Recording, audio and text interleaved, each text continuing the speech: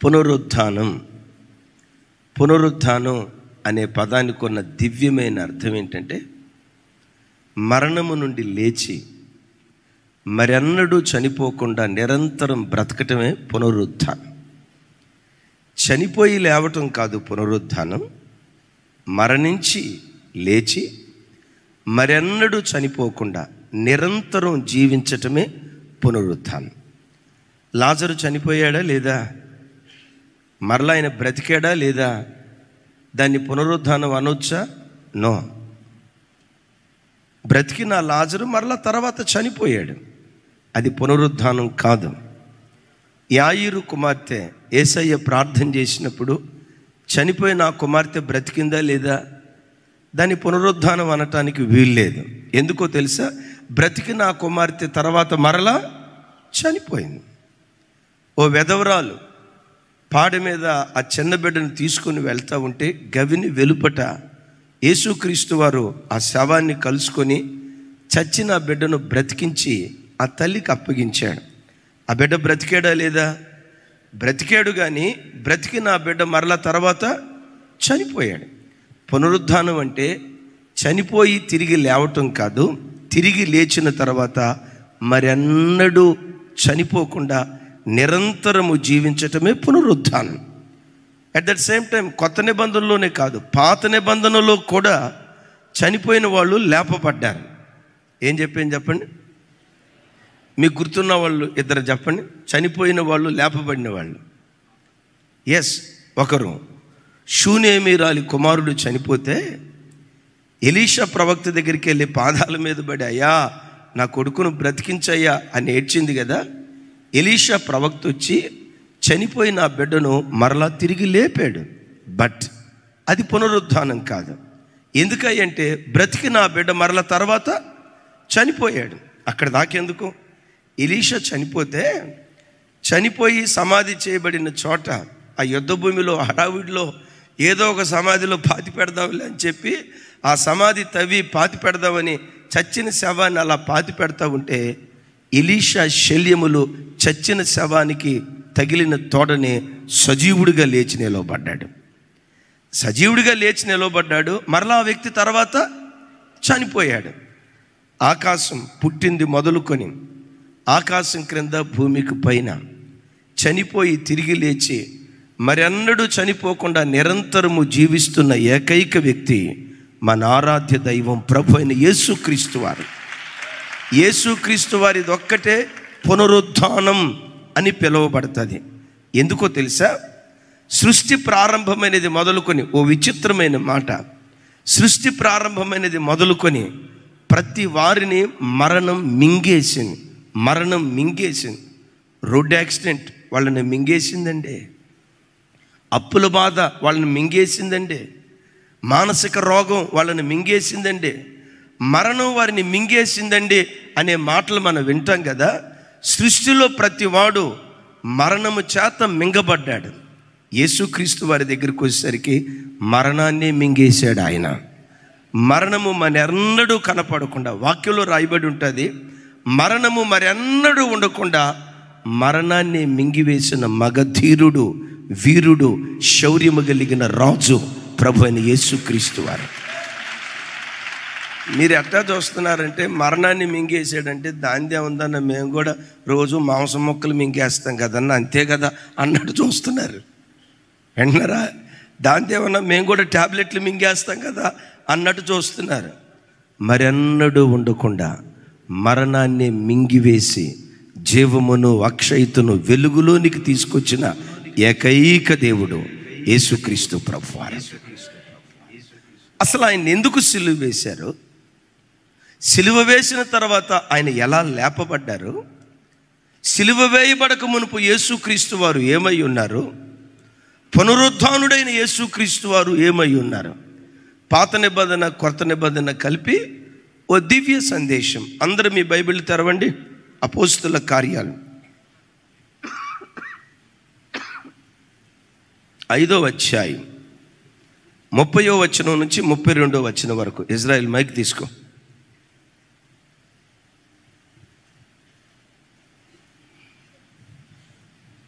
మీరు మ్రానున వేలాడదీసి సంహరించిన యేసును మన పితరుల దేవుడు లేపెను. ఇజ్రాయేలులకు మారు మనసును పాప క్షమాపణను దయచేయుటకై దేవుడు ఆయనను అధిపతిగాను రక్షకునిగాను తన దక్షిణ హస్తము బలము చేత హెచ్చించి ఉన్నాడు. నాతో కలిసి మేమును దేవుడు తనకు విధేయులైన వారికి అనుగ్రహించిన పరిశుద్ధాత్మయు ఈ సంగతులకు సాక్షులమై ఉన్నామని చెప్పిరి. పెద్దగా చెప్పాలి. సాక్షులమై ఉన్నామని చెప్పిరి. 30వ వచనం ప్రారంభం. అపోస్తులైన పేతురు వారు మాట్లాడుతూ అంటారు, అయ్యా, మ్రాను మీద యేసుక్రీస్తు వారిని వేలాడదీసి మీరు సంహరించారు. అపోస్తుల కార్యాలు చోట అంటాడు, హత్య చేశారు అంటాడు. హత్య చేసి మీరు సమాధి చేశారు. ఆయన హత్య చేసి మీరు సమాధి చేస్తే తండ్రి అయిన దేవుడు మౌనంగా లేడు. మీరెవరిని చంపి సమాధి చేశారో ఆయనను ప్రభువు లేపాడు, దేవుడు లేపాడు. లేపేం చేశాడో తెలుసా? ఇజ్రాయేలీలకు రక్షకునిగా అధిపతునిగా తన దక్షిణ హస్తము చేత దేవుడు ఆయన్ని హెచ్చించాడు. దీనికి మేమును పరిశుద్ధాత్మయు సాక్షులయ్యున్నారు అని మాట్లాడతాడు. Praise the lord. ఒకసారి చూడండి, నా వైపు చూడండి. యేసుక్రీస్తు వారిని సిలువ మ్రాను మీద ఏం చేశారట? చంపారు, సంహరించారు. పిలాతు న్యాయస్థానం దగ్గర కానీ హేరోదు న్యాయస్థానం దగ్గర కానీ వినబడిన ఏకైక స్వరం ఏంటో తెలుసా? ఈయన నీతిమంతుడు, ఈయన నిర్దోషి, ఈయన నిరపరాధి, ఈయన ఏ పాపము చెయ్యలేదు. ఏమండి, న్యాయస్థానం దగ్గర నిర్దోషి అని తేలిన తర్వాత శిక్ష పడిద్దా? శిక్షలో నుంచి విడుదల పొందుతాడా? నిర్దోషి అని తేలబడిన తర్వాత కూడా శిక్ష నొందిన ఏకైక వ్యక్తి యేసుక్రీస్తు ప్రభువారు. అరే, నిర్దోషి అని తీర్పు వెలువడిన తర్వాత ఎందుకు ప్రజలు ఆయన్ని శిక్షించారు? అంత ఘోరంగా చంపి, అంత ఘోరంగా హింసించి ఎందుకు ప్రభువును సమాధి చేశారు? బైబిల్లో రాయబడిన మాట ఏంటో తెలుసా? యేసుక్రీస్తు వారి పాపాన్ని బట్టి వాళ్ళు చంపలా. యేసుక్రీస్తు వారు చేసిన దోషాన్ని బట్టి ఆయన్ని చంపలేదు. ఎందుకు ఆయన్ని చంపారో తెలుసా? అసూయ చేత యేసును వాళ్ళు చంపారట. చూడండి అన్నమాట. మార్కు సువార్త, నాతో కలిసి చెప్పండి. ప్రధాన యాజకులు అసూయ చేత యేసును అప్పగించిరని. ఒకసారి నా వైపు చూసి చెప్పండి. ఎందుకు యేసుక్రీస్తు వారిని సిలువ మరణానికి అప్పగించారు? ఎందుకు అసూయ? విచిత్రం. ఆ రోజుల్లో యేసు ప్రభు వారు ఎక్కడ ప్రార్థన పెట్టినా గుంపులుగా జనాలు వచ్చేవాళ్ళు. బాధాకరమైన సంగతి ఏంటంటే, ఈ ప్రధాన యాజకులు ప్రార్థన పెడితే ఎవరు వెళ్ళేవాళ్ళు కాదు. చివరికి వాళ్ళ భార్య కూడా వెళ్ళేది కాదు. వాళ్ళకి అది ఒక మంట, అది ఒక ఏమంటారు దాన్ని, అది ఒక మంట. ఆ మంటతో, అసూయతో యేసుక్రీస్తు వారిని సిలువకు అప్పగించినట్లుగా పరిశుద్ధ లేఖనాల్లో చూస్తున్నాం. ఆ రోజుల్లో యేసయ్య ఎక్కడైనా ప్రార్థన పెడితే ప్రజలు ఎలా వచ్చేవాళ్ళో మనకు అర్థం కావాలంటే ఓ మాట మీకు గుర్తుకు తెస్తా. 5 రొట్టెలు 2 చేపలు. పురుషులే ఎంతమంది వచ్చారు? 5,000 మంది వచ్చారు. నేనంట, ఏ ప్రార్థనకైనా పురుషులు ఎక్కువ వస్తారా, స్త్రీలు ఎక్కువ వస్తారా? కదా. పురుషులే 5,000 మంది వచ్చారంటే స్త్రీలు ఎంతమంది వచ్చి ఉండొచ్చు? ఓ 10,000 మంది అనుకోండి. స్త్రీలు పురుషులు వస్తే పిల్ల బ్యాచ్ రాకుండా ఉంటుందా? చెప్పాలి. పిల్ల బ్యాచ్ ఎంత వచ్చి ఉంటుంది? 5,000 అంటానికి లేదు తమ్ముడా. బైబిల్లో యాకోబుకు మొత్తం ఎంతమంది పిల్లలు? 13 మంది పిల్లలు. మన దేశంలో లాగా ఇశ్రాయేలు దేశంలో ఒకరు ముద్దు, 2 హద్దు, 3 వద్దే వద్దు. ఈ స్లోగన్ ఆ దేశంలో లేదు. 5,000 మంది పురుషులు ఇంటూ 13 వేస్తే సరే. ఒక చరిత్రకారుడు చెప్తారు, ఆ రోజుల్లో ప్రభువారు ప్రార్థన పెడితే రమారమి 25,000 మంది ప్రజలు వచ్చారంట. మీరు అనొచ్చు, 25,000 మంది ప్రజలు వచ్చారంటే యేసు ప్రభు బాగా అడ్వర్టైజ్మెంట్ చేసి ఉంటాడన్నా. వాల్ పోస్టర్లు కూడా వేసాడు. రవి అంటాడు, ఆ పోస్టర్లు అంటిస్తానికి నేను కూడా పోయాను. కిషోర్ నువ్వు కూడా పోయావా? కిషోర్ ఏమంటాడు తెలుసా, నేను పోస్టర్లు అంటిస్తానికి బాగాలేదు కానీ అన్న వాట్సాప్ మెసేజ్లు పంపించానన్న, నా డీపీగా నా ప్రొఫైల్ పిక్చర్గా ఆ మీటింగ్ పోస్టర్ పెట్టుకున్నాను అన్న, నేను ఎంతమందికి షేర్ చేశానంటే అంతమందికి షేర్ చేశానన్న అని అనటానికి వీల్లేదు. No advertisement, no social media. Prabhu ఎక్కడున్నా అక్కడ ఒక ప్రభంజనం. అరణ్యంలో మీటింగ్ పెట్టిన తండోపతండాలుగా, ఎడారిలో మీటింగ్ పెట్టిన తండోపతండాలుగా, సముద్ర తీరాన పెట్టిన, పగలు పెట్టిన, రాత్రి పెట్టిన తండోపతండాలుగా ప్రపంచంగా తరలొచ్చేవాళ్ళు. అది వీళ్ళ కడుపు మంట. ఓ రోజు వాళ్ళ భార్యని తీసుకెళ్ళాడట డాక్టర్ గారి దగ్గరికి. డాక్టర్ గారు మా ఆవిడకి నేను ఎన్ని చేసినా కడుపులో నొప్పి తగ్గట్లేదు, కడుపులో మంట తగ్గట్లేదు డాక్టర్ గారు. కొబ్బరి బొండం నీళ్ళు దాపించా, అది ఓఆర్ఎక్స్ నీళ్ళు దాపించా, బిఆర్ఎక్స్ నీళ్ళు దాపించా, ఎన్ని దాపించినా కడుపులో మంట తగ్గట్లేదు డాక్టర్ గారు, ఏం చేయాలో నాకు అర్థం కావట్లేదు అంటే డాక్టర్ గారు అడిగాడట, ఎప్పటి నుంచో అయ్యా కడుపులో మంట? పక్కంటామా 7 అడుగులు ఫ్రిడ్జ్ కొన్నప్పటి నుంచి అండి అన్నాడట. ఈ కడుపులో మంటకు నా దగ్గర ట్యాబ్లెట్ లేదయ్యా, ఇది అసూయ వల్ల వచ్చిన కడుపులో నొప్పి. దైవజనమా నా వైపు చూడండి, ఎప్పుడైతే తండోపతండాలుగా జనవాహిని ప్రభు దగ్గరకు వస్తున్నారో ప్రధాన యాజకులకు అసూయ. ఆ అసూయ చేత వాళ్ళు చేసింది ఏంటో తెలుసా, ఈయనను చంపితే ఇజ్రాయేలు దేశంలో ఇక మీదట ఈయన పేరు వినబడదు, ఈయన్ని వెంబడించే అనుచరగణం ఇక ఉండరు, ఈయన ఆరాధించే ప్రజలుండరు. ఈయన చంపితే ఈయనతో పాటు ఈయన సాక్ష్యం కూడా సమసిపోతుంది అని అనుకొని యేసు ప్రభుని చంపి సిలువ వేశారు. పరలోకపు తండ్రి ఏం చేశాడో తెలుసా, ప్రజలు ఎవరిని చంపాలని ప్రయత్నం చేశారో, ఎవరిని సమాధి చేశారో ఆ వ్యక్తిని ప్రభువు లేపాడు. లేపి ఏ స్థాయికి తీసుకెళ్ళాడో తెలుసా, ఇజ్రాయేలీలందరికీ రక్షకునిగా, అధిపతిగా. నేనంట ఇశ్రాయేలీలకు మాత్రమే కాదు, సర్వలోక మానవాళికి అధిపతిగా దేవుడు ఆయనను లేవనెత్తాడు. Praise the Lord. దైవజనమా, పాత నిబంధనలో కూడా సేమ్ ఇదే ఒక చోట జరిగింది. యోసేపు ఉన్నాడు కదా, తన కళ చెప్పాడు. వాళ్ళ కడుపులో మంట వస్తున్న సంగతి యోసేపుకు తెలియదు. నా అన్నలే కదా, నా ఎదుగుదల చూసి తమ్ముడా మా కళ్ళ ముందు దేవుడు నిన్ను ఇంత గొప్పని చేస్తాడన్నాడు రా, సంతోషంరా అని ముద్దాడి గుండెల్లో పెట్టుకోవాల్సింది. యోసేపు ఆ మాట ఎప్పుడైతే చెప్పాడో వాళ్ళ కడుపులో మంట, ఎసిడిటీ స్టార్ట్ అయిపోయింది, గ్యాస్ట్రిక్ ప్రాబ్లం స్టార్ట్ అయిపోయింది. ఓర్వలేక యోసేపును గోతిలో వేశారు. ఓర్వలేక అసూయ చేత యోసేపును ఐగుప్తు దేశానికి అమ్మారు. దేవుడు మౌనంగా ఉన్నాడా? చెరసాలలో నుండి యోసేపును లేవనెత్తి సింహాసనం మీద కూర్చోబెట్టాడు. దైవజనమా, మీతో నేను చెప్తున్నా, నీ జీవితంలో కూడా నీ ఎదుగుదల చూసి, దేవుడు నిన్ను ఆశీర్వదిస్తున్న విధానం చూసి, నిన్ను నిలవబెట్టిన విధానం చూసి, ఆ స్థానంలో నేను నిలవబెట్టడానికి నువ్వు ఎంత కష్టపడ్డావో, నీవు ఎంత ప్రయాసపడ్డావో, ఎంత సమర్పణ చేసుకున్నావో, నిద్రలేని రాత్రులు ఎన్ని గడిపావో, నా కుటుంబం నా పిల్లలు ఒక మంచి స్థాయికి రావాలని రేయింబవలు నువ్వెంత శ్రమించావో నీకు తెలుసు, దేవునికి తెలుసు. కొంతమంది వ్యక్తులు దాన్ని చూసి వారవలేక వీడి సంఘం పైకి రాకూడదు, వీళ్ళ పిల్లలు పైకి రాకూడదు, వీళ్ళ వ్యవస్థ పైకి రాకూడదని కొంతమంది నిన్ను తొక్కాలని ప్రయత్నం చేస్తారు.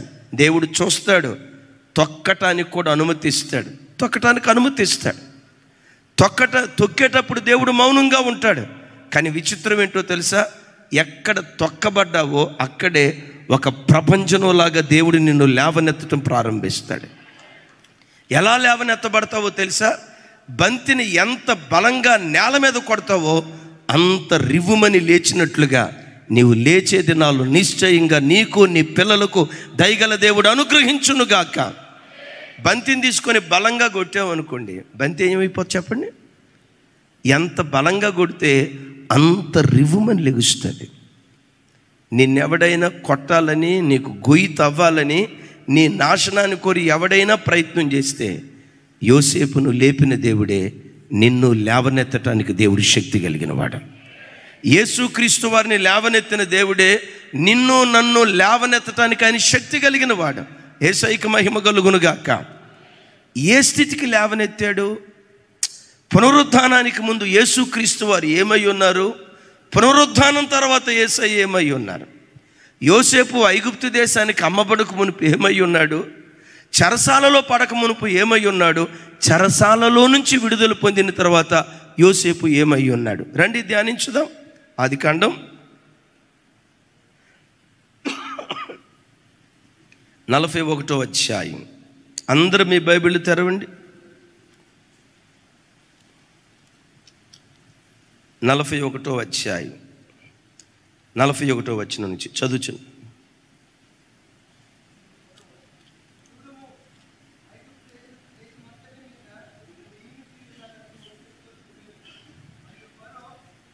చేతినున్న తన ఉంగరము తీసి యోసేపు చేతిని పెట్టి సన్నపు నారబట్టలు అతనికి తొడిగించి అతని మెడకు బంగారపు గొలుసు వేసి తన రెండవ రథము మీద అతను ఎక్కించెను. అతడు వందనము చేయుడని అతని ముందర జనులు కేకలు వేసిరి. అట్లు ఐగుప్తు దేశమంతటి మీద అతను నియమించెను.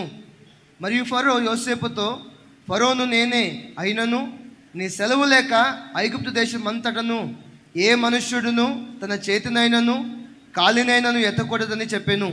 మరియు ఫరో యోసేపునకు జపత్నెహు అని పేరు పెట్టి అతనికి ఓను యొక్క యాజకుడైన పోతిఫెరా కుమార్తెయగు అసెనతు నిచ్చి పెళ్లి చేసెను. చప్పట్లు కొడుతూ దేవునికి స్తోత్రాలు చెప్దాం.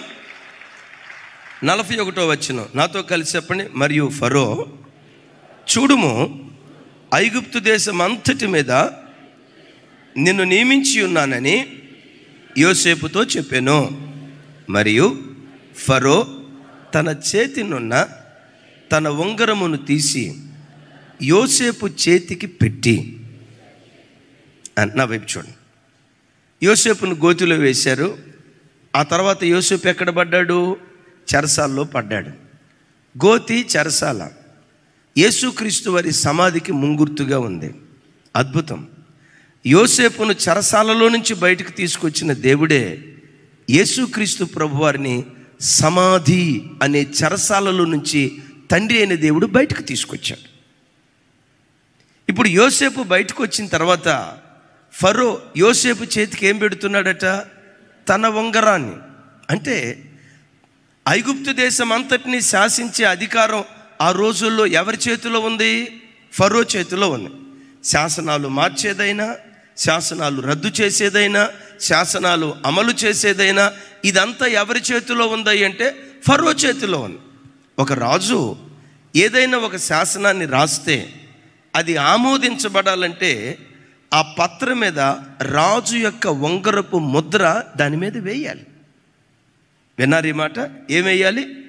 రాజు యొక్క ఉంగరపు ముద్ర దాని మీద వేయాలి. ఇప్పుడు ఒక మాట అండి, ఓ ఎంఆర్ఓ గారు మనకు శాంక్షన్ లెటర్ ఇచ్చాడు. మొత్తం ఆ వైట్ పేపర్ మీద ఏదో రాసి రాసి రాసి ముగింపులో గ్రీనింగ్తో సంతకం పెడితేనే కదా దాని విలువ. గ్రీనింగ్తో సంతకం పెడితేనే కదా దానికి ఘనత. లేకపోతే చిత్తు పేపర్తో అది సమానం. సైన్ ఎలా దానికి విలువ తీసుకొస్తుందో రాజు యొక్క ఉంగరపు ముద్ర ఆ తాకీదు ఖరారు చేయబట్టానికి కారణమవుతుంది. మెట్టుకు బిడ్డలరా, ఎక్కడ? ఎస్తేరు గ్రంథంలో చూస్తాం. ముగింపులో నేను చూపిస్తాను. ఎస్తేరు గ్రంథంలో చూస్తాం. ఉంగరం లేక ముద్ర అధికారానికి గుర్తు. Praise the lord. యోసేపు ఒకప్పుడు బానిస, దాసుడు. ఒక పోతీఫర్ ఇంటికి మాత్రమే అధికారిగా ఉండేవాడు. ఇప్పుడు యోసేపుని ఏం చేశాడో తెలుసా? ఐగుప్తు దేశం అంతటికి ఫరో అధికారిగా నిలవబెట్టాడు. పోతీఫర్ ఇంటికి ఒక్కదానికి కాదు, చెరసాలకు వెళ్ళక మునుపు యోసేపు పోతీఫర్ ఇంటి వారికి మాత్రమే అధికారి. పోతీఫర్ ఇంట్లో మాత్రమే విచారణకర్త. చెరసాల్లో నుంచి బయటకు వచ్చిన తర్వాత అలాంటి పోతీఫర్ ఇల్లు కొన్ని కోట్ల గృహాలకు యోసేపు అధిపతిగా మారిపోయాడు. చెరసాలలోకి వెళ్ళక మునుపు ఒకింటికే, చెరసాలలో నుంచి బయటకు వచ్చిన తర్వాత ఐగుప్తు దేశం అంతటికి. బిడ్లరా, యేసుక్రీస్తు వారు కూడా విచిత్రం ఏంటో తెలుసా? ఆయన శిలువ సమాధికి అప్పగించబడక మునుపు ఇజ్రాయేలు దేశంలోనే ఆయన ప్రభావం ఉండేది. ఇజ్రాయేలు ప్రాంతంలోనే తన పని చేశాడు. ఇజ్రాయేలు సరిహద్దులలోనే తన సువార్తను ప్రకటించారు. మరణాన్ని గెలిచి సమాధి గుండెను చీల్చి మృత్యుంజయుడై ప్రభు ఎప్పుడైతే తిరిగి లేచారో ప్రపంచమంతటా ఆయన నామస్మరణ మారు మోగేటట్లుగా పరలోకపు తండ్రి ఆయన్ని హెచ్చించాడు. Praise the lord. ఇప్పుడు యేసుక్రీస్తు వారి ప్రభావం ఇజ్రాయేలు దేశంలోనే ఉందా, ప్రపంచమంతా ఉందా? యేసుక్రీస్తు వారే పునరుద్ధానుడై తిరిగి లేచిన తర్వాత మత్తయి సువార్తలో మాట్లాడుతూ అంటాడు. చూడండి ఒకసారి, మత్తయి సువార్త 28వ అధ్యాయం 18వ వచనం. నాతో కలిసి చెప్పండి. అయితే యేసు వారి యొద్దకు వచ్చి పరలోకమందును భూమి మీదను నాకు కొంచెం పెద్దగా చెప్పాలి ఈ మాట. అయితే యేసు నాతో కలిసి ఇంకోసారి, వారి యొద్దకు వచ్చి పరలోకమందును భూమి మీదను నాకు సగం అధికారాలు ఇవ్వబడి ఉన్నాయి అని రాసి ఉందా? ఏమని రాసి ఉంది చెప్పండి? సర్వాధికారములు నాకు ఇవ్వబడి ఉన్నాయి. ఎక్కడెక్కడయ్యా? ఒక ఇశ్రాయేలు దేశంలోనా? నో. సముద్రం ఆ దిక్కు మొదలుకొని ఈ దిక్కు వరకు, తూర్పు నుండి పడమర, ఉత్తరం నుండి దక్షిణం, భూమి అందంతటా యేసుక్రీస్తు వారికి సర్వాధికారాలు ఇవ్వబడ్డాయి. చప్పలు కొడుతూ స్తోత్రాలు చెప్దాం. ఇప్పుడు చెప్పండి, సిలువ మరణం మంచిదా కాదా? వాళ్ళేం అసూయ చేత ఇజ్రాయేలు దేశంలో ఈయన పేరు వినపడకూడదని చంపేస్తే పరలోకపు తండ్రి ఏం చేశారో తెలుసా? ఇజ్రాయేలు దేశమంతా ఆయన పేరు వినబడేటట్లుగా చేశాడు. దానికి మించి ప్రపంచమంతా ఆయన పేరు మారుమోగేటట్లుగా తండ్రి చేశాడు. Praise the lord. విచిత్రం, నీవు ఆరాధించే యేసుక్రీస్తు యోసేపు కంటే శ్రేష్ఠుడు. యోసేపుకు ఐగుప్తు దేశంలోనే పరమయోసేపుగా పిలువబడుతున్న యేసుక్రీస్తు వారికి భూమండలం అంతా ఆయన నామం ప్రభావం కలిగింది. ఇంకో మాట చెప్పంటారా? భూమండలం మాత్రమే కాదు, పరలోకమందు నాకు సర్వాధికారాలు ఇవ్వబడి ఉన్నాయి. యెహమందు, పెద్దగా యెహమందు చెప్పాలి, యెహమందు పరమందు సర్వాధికారాలు ఆయనకి ఇవ్వబడ్డాయి. యోసేపు చేతి మీద రాజు యొక్క ముద్ర ఉంగరం ఉన్నట్లుగా యేసుక్రీస్తు ప్రభు వారి చేతిలో భూమి ఎందైనా, ఆకాశమందైనా, పరలోకమందైనా సార్వభౌమాధికారం కలిగిన ఏకైక వ్యక్తి యేసుక్రీస్తు ప్రభువారు. ఈ భూమండలం అంతటికి సార్వభౌమాధికారం కలిగిన వాడు. ఆయన ఏది చెప్తాడో అదే జరుగుతుంది. ఆయన ఏది చేసేటట్లుగా ఆజ్ఞాపిస్తాడో భూమండలం మీద అదే జరుగుతుంది. దేవుని వాక్యం సెలవిస్తున్న మాట. ఇంకో మాట చెప్పంటారా? ఆయన భూమండలం అంతటి మీద ఎలా సార్వభౌమాధికారం కలిగిన వాడై ఉన్నాడో, యేసు నా దేవుడిని విశ్వసించి, యేసు నా దేవుడిని నమ్మి, ఆయన పవిత్రమైన రక్తంతో కడగబడిన ప్రతి క్రైస్తవుని లోపట కూడా ఈ పునరుద్ధానపు ప్రభావాన్ని దేవుడు కుమ్మరించాడు. ఈ పునరుద్ధానపు శక్తిని ఆయన పిల్లలకు కూడా దేవుడు అనుగ్రహించాడు. ఏమంటే తండ్రి గొప్పోడు. ఆ తండ్రి ఎప్పుడు అతిశయపడతాడో తెలుసా?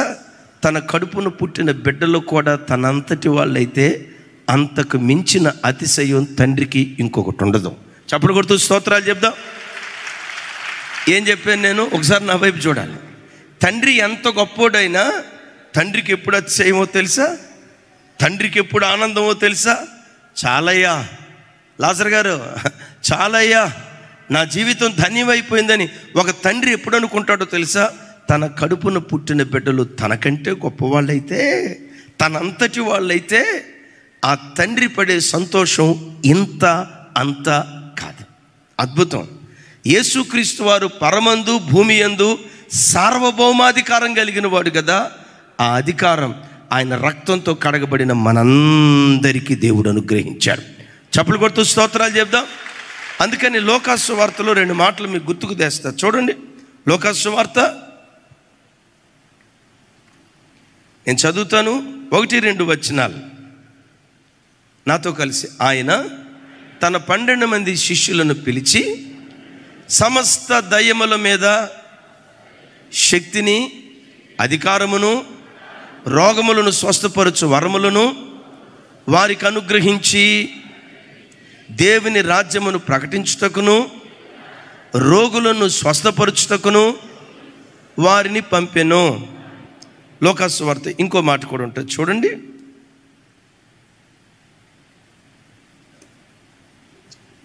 లూకా సువార్త 10వ అధ్యాయం 19వ వచనం.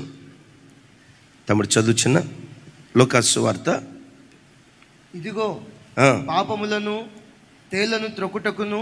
పాపములు కాదురా నాయన, నువ్వు మోకరించి చదువు, మోకరించు. నీకు మాంసం ఎక్కువైనట్టుందిరా బాబు, నీకు మారు మనసు దేవుడు ఇచ్చును గాక. రైట్. మరి నువ్వు పాపం అంటున్నావు అంటే ఏం చెప్తావు? రైట్. ఇదిగో పాములను తేళ్లను త్రొక్కుటకును శత్రు బలం అంతటి మీద మీకు అధికారమును అనుగ్రహించి ఉన్నాడు. దైవజనమా, మనం లోకంలో బ్రతుకుతున్నాం. నువ్వు సాధారణమైన వ్యక్తివి కాదు, బాప్తిస్మం తీసుకున్న దేవుని బిడ్డ, యేసుక్రీస్తు పవిత్రమైన రక్తంతో కడగబడిన దేవుని బిడ్డ. ప్రతి ఆదివారం మందిరానికి వచ్చి హృదయమారా ప్రభువును ఆరాధిస్తున్న దేవుని బిడ్డ. పునరుద్ధానపు దినాన దేవుని సన్నిధికి వచ్చి దేవుని స్తుతించే దేవుని బిడ్డ. నీకు తెలియకుండానే దేవుడు తన పునరుద్ధానపు ప్రభావంతో దేవుడు నిన్ను నింపాడు. తన పునరుద్ధానపు శక్తిని నీ అంతరేంద్రియాల్లో దేవుడు కుమ్మరించాడు. నీకున్న శక్తి ఏంటో తెలుసా? భూమి మీద నువ్వు దేన్ని విప్పుతావో పరలోకంలో అది విప్పబడే కృప. గమనించండి, భూమి మీద నువ్వు దేన్ని బంధిస్తావో పరలోకంలో అది బంధించబడేటట్లుగా, అంటే భూలోకాన్ని పరలోకాన్ని కదిలించే అధికారం, ఆ శక్తి దేవుడు నీకు నాకు అనుగ్రహించాడు. చప్పలు కొడుతూ స్తోత్రాలు చెప్దాం. నమ్మండి, భార్య భర్త పిల్లలు ఒక చోట కూర్చొని కుటుంబ సమేతంగా దేవుని సన్నిధిలో మోకరించి, బైబిల్లో చూస్తాం కదా, ఎక్కడ 2-3 కూడి నా నామములో ఏకీభవించి ప్రార్థన చేస్తారో ఆ స్థలములోకి దేవుడు పునరుద్ధానపు ప్రభావాన్ని పంపుతాడు. పునరుద్ధానపు ప్రభావం ఒక ప్రభంజనం, దాన్ని ఎవ్వడు ఆపలేడు.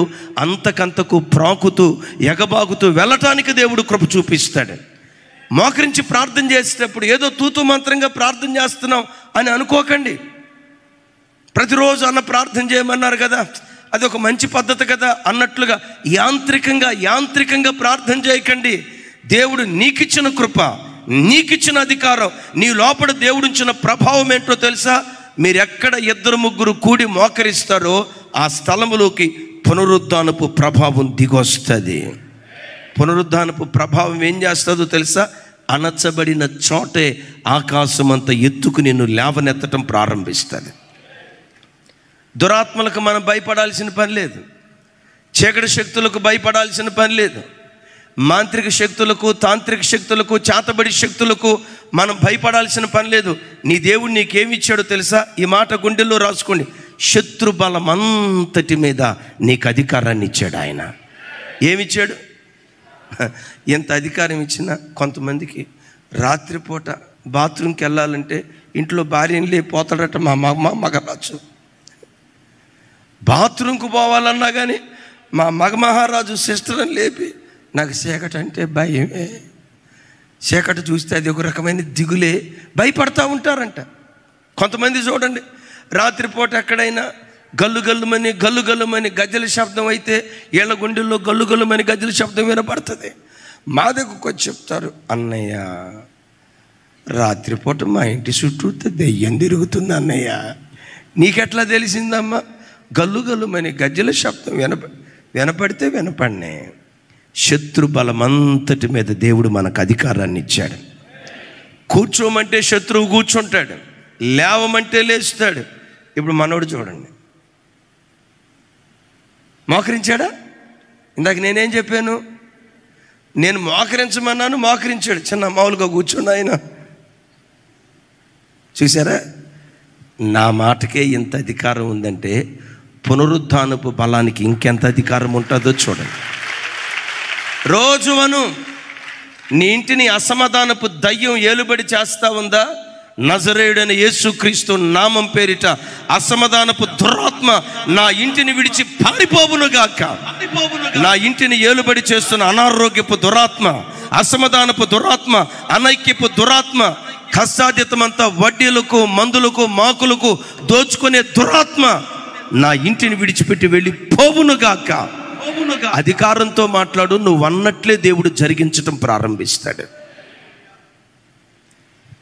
విచిత్రం చూడండి, చెరసాలలోకి వెళ్ళక మునుపు యోసేపు వేరు, చెరసాలలో నుంచి బయటకు వచ్చిన యోసేపు వేరు.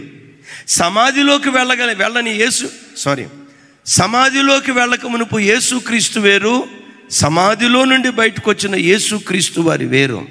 సమాధిలోకి యేసుక్రీస్తు వారు వెళ్ళక మునుపు ఇజ్రాయేలు దేశంలోనే ఆయన ప్రభావం ఉంది. పునరుద్ధానుడై లేచిన తర్వాత పరలోకమందు, భూమి యందు నాకు సర్వాధికారాలు ఇవ్వబడ్డాయి. ఆయన అధికారాన్ని మన ఒక్కొక్కరికి అనుగ్రహించాడు. ప్రతిరోజు దాన్ని మనం వాడుకుందుముగాక. ఆమేన్. రెండవది ఆ తర్వాత ఏం జరిగిందో చూడండి. ఆదికాండం 42వ వచనం, 41వ అధ్యాయం. నాతో కలిసి చెప్పండి. సన్నపు నారబట్టలు అతనికి తొడిగించి, నా వైపు చూడండి. ఏ బట్టలు? యోసేపు దగ్గరకు వచ్చేసరికి 3 రకాలైన వస్త్రాలు ఇంతకు మునుపు చూస్తాం. తండ్రి దగ్గర విచిత్రమైన రంగులు కలిగిన విచిత్రమైన అంగి ఒకటి వేసుకునేవాడు. నేనంట యోసేపు కొంప ముంచిందే ఆ అంగి. వింటారా? యోసేపు కొంప ముంచిందే ఆ అంగి. ఈ తతిమ 11 మంది ఏం చేశారో తెలుసా? వీడికేమో సొక్కలు రంగులు డిజైను చొక్కా వేస్తారా, మాకేమో ఇదే అని వాళ్ళు యోసేపును ఐగుప్తు దేశానికి అమ్మేటప్పుడు చేసిందంటూ తెలుసా? ఆ అంగీని తీసే రక్తాన్ని బులిమి, ఆ అంగీ మీద ఎంత అసూయ ఉందో అంత రక్తాన్ని బులిమి యాకోబు దగ్గరికి తీసుకొచ్చి, నీ కొడుకుదో కాదో చూసి గుర్తుపట్టి చెప్పు అన్నాడు. నీ కొడుకుతో కాదో అని అనకపోతే మన యోసేపుతో కాదో అనొచ్చుగా. అసూయ పరులు అనరు. నా మాట అర్థమైంది అమ్మ? అక్కడ ఏమనాలి? మన యోసేపుతో కాదో గుర్తుపట్టు నాన్న అనకుండా నీ కొడుకుదో కాదో, అరే నీ కొడుకో కాదో అని అంటున్నారంటే యోసేపు మీకేం గాడా? అసూయను బట్టి ఏమి గాడు. విన్నారా? ఆ అంగీ తీసేశారు. ఆ తర్వాత పరిచారకుడు అంగి, ఆ తర్వాత వచ్చేసరికి ఖైదీ వస్త్రాలు వేశారు. దేవుడు ఇక్కడ, ఫరో ఇక్కడ ఆ ఖైదీ వస్త్రాలు తీసేసి యోసేపు ఒంటి మీద సన్నని సన్నని నారబట్టలు, లెనిన్ క్లాత్ అంటారు కదా, లెనిన్ క్లాత్, సన్నని నారబట్టలు యోసేపు మీద వేశారు. సన్నని నారబట్ట దేని గుర్తో తెలుసా? పరిశుద్ధుల నీతి క్రియలకు గుర్తు. చప్పలు కొడుతూ స్తోత్రాలు చెప్దాం. పరిశుద్ధుల నీతి క్రియలు. ఇక్కడ అంట యేసుక్రీస్తు వారు సన్నని నార వస్త్రాలు ధరించారు. పరిశుద్ధుల నీతి క్రియలు అని ప్రకటన గ్రంథంలో చిన్న అక్కడ రెఫరెన్స్ ఉంటుంది, చూయించు. నువ్వు సరిగ్గా బైబిల్ చదివితే ఈ దరిద్రం పోద్ది. బైబిల్ చదువు, తర్వాత వచ్చినప్పుడు చూయించు. నా వైపు చూడండి. ప్రకటన గ్రంథం. అమ్మ బాబు బైబిల్ చదువుతాడు ఇంట్లో. అమ్మా ఇక ఎంతమంది మధ్యలో చదువుతాడని చెప్పకపోతే ఎట్లా చెప్పు? రే చిన్న, నువ్వు బైబిల్ చదివేటట్టుంటేనే ఆడ కూర్చో, లేకపోతే వద్దు. హల్లెలూయా. కొంచెం పెద్దగా చెప్దాం. హల్లెలూయా. పెద్దగా హల్లెలూయా. అవి పరిశుద్ధుల నీతి క్రియలు. దైవజనమా, ఒక మనుషునికి నీతి ఎలా కలుగుతుంది అనేది మనకు అర్థం కావాలంటే ద్వితీయోపదేశకాండం 6వ అధ్యాయం 25వ వచనంలో దేవుడు ఇలా అంటాడు. నాతో కలిసి చెప్పండి. మన దేవుడైన యెహోవా మనకు ఆజ్ఞాపించినట్లు ఆయన సన్నిధిని ఈ సమస్తమైన ఆజ్ఞలను అనుసరించి మనము నడుచుకొనినప్పుడు మనకు నీతి కలుగును. చప్పలు కొడుతూ స్తోత్రాలు చెప్దాం. ఇప్పుడు నా వైపు చూడండి. పునరుద్ధానుడైన యేసుక్రీస్తు వారు ఇక్కడ ఎలా కనపడుతున్నారో చెప్పంటారా? సన్నని నార వస్త్రాలు ధరించిన వాడిగా. సన్నని నార వస్త్రాలు ఏంటి? దేవుని వాక్యాన్ని అనుసరించి మనం నడుస్తూ ఉంటే అది మనకు నీతిగా మారిపోతుంది. సిలువ మ్రాను మీద సమాప్తమాయను అని అన్నారు కదా. తండ్రి, ఏం చెయ్యమని నువ్వు నాకు ఆజ్ఞాపించావో నువ్వు చెప్పినది యావత్తు నేను చేశా.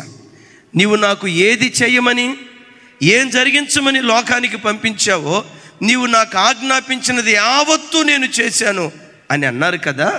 దేవుని చిత్తాన్ని సంపూర్ణంగా నెరవేర్చి ఆయన ఆజ్ఞను 100% నెరవేర్చారు గనుక అది యేసుక్రీస్తు వారికి నీతి వస్త్రంగా మారిపోయింది. చప్పలు కొడుతూ స్తోత్రాలు చెప్దాం. కొంచెం ఈ మాట అర్థం చేసుకోండి. యేసుక్రీస్తు వారి ఒంటి మీద ఏం కనపడుతుంది? ఇక్కడ సన్నని నార వస్త్రాలు. నార వస్త్రాలు నీతి గుర్తు అని చెప్పే కదా. మనిషికి నీతి ఎలా కలుగుతుంది? దేవుని వాక్యాన్ని అనుసరించినప్పుడు. 33.5 సంవత్సరాలు యేసుక్రీస్తు వారు లోకంలో బ్రతికారు కదా. తన సొంత ఇష్టాన్ని నెరవేర్చారా, దేవుని ఇష్టాన్ని నెరవేర్చారంటే తన ఇష్టాన్ని సిలువ వేసి తన జీవితమందు దేవుని చిత్తాన్ని పరిపూర్ణంగా జరిగించాడు. అదే అపోస్తలుడైన పౌలు గారు కొరింథీ సంఘంతో మాట్లాడుతూ భలే చక్కటి మాట అంటారు. చూడండి ఆ మాట. కొరింథీలకు రాసిన మొదటి పత్రిక ఒకసారి చూడండి,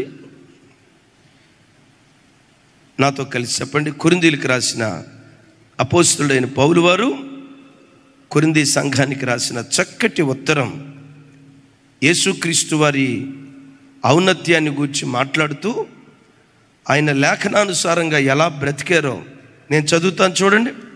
తమ్ముడు తప్పు చూపించారు. కొరింథీలకు రాసిన మొదటి పత్రిక 15వ అధ్యాయం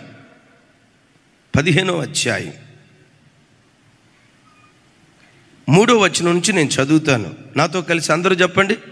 నాకు ఇవ్వబడిన ఉపదేశమును మొదట మీకు అప్పగించి తిని, అదేమనగా లేఖనముల ప్రకారము క్రీస్తు మన పాపముల నిమిత్తము మృతి పొందెను, సమాధి చేయబడెను, లేఖనముల ప్రకారము 3వ దినమున లేపబడెను. చప్పలు కొడుతూ స్తోత్రాలు చెప్దాం. నా వైపు చూడాలి. దేని ప్రకారం ఆయన సిలువ వేయబడ్డాడట? దేని ప్రకారం సమాధి చేయబడ్డాడట? దేని ప్రకారం 3వ దినాన మృత్యుంజయుడే లేచాడట? విచిత్రం. ఒక్క మాట గుండెల్లో రాసుకోండి. ఆయన జననం లేఖనానుసారం, ఆయన జీవితం లేఖనానుసారం, చివరికి ఆయన మరణం లేఖనానుసారం, ఆయన సిలువ మరణం లేఖనానుసారం, ఆయన సమాధి కార్యక్రమం లేఖనానుసారం, ఆయన పునరుత్థానం లేఖనానుసారం. దైవజనమా, లేఖనాన్ని నెరవేర్చారు కనుకే ఆయన శరీరం మీద సన్నని నార వస్త్రము కనబడుతూ ఉంది. చప్పులు కొడుతూ స్తోత్రాలు చెప్దాం. మీరు అనొచ్చు, లేఖనం లేఖనం లేఖనం అంటున్నారు. మహాదేవుడు బెత్లెహేము అనే కుగ్రామంలో పుట్టారు. ఎఫ్రతా, బెత్లెహేమా, యోధా ప్రధానులలో నువ్వు ఎంత మాత్రము అల్పమైన దానివి కాదు, కన్యక గర్భవతి అయి కుమారుని కంటది. యేసుక్రీస్తు వారు స్త్రీ గర్భాన, పురుష సాంగత్యం ఎరిగిన స్త్రీ గర్భాన పుట్టారా, కన్యక గర్భాన పుట్టారా? ఎందుకు కన్యక గర్భాన పుట్టారు? లేఖనం చెప్పింది ఆయన కన్యకకు పుడతాడని. బెత్లెహేములో పుడతాడని లేఖనం చెప్పింది. బెత్లెహేములోనే పుట్టాడు. సరే, ఈ విషయాలన్నీ చెప్పుకుంటూ వస్తే యేసయ్య లేఖనం నెరవేర్చడానికి తన్ను తాను ఎంత అప్పగించుకున్నాడో నా వైపు చూసి చెప్పండి మాట. లేఖనముల ప్రకారం ఆయన మృతి పొందెను. దేని ప్రకారం? ఎలా లేఖన ప్రకారం మృతి పొందారో మనకు అర్థం కావటానికి ఒక మాట చెప్తాను.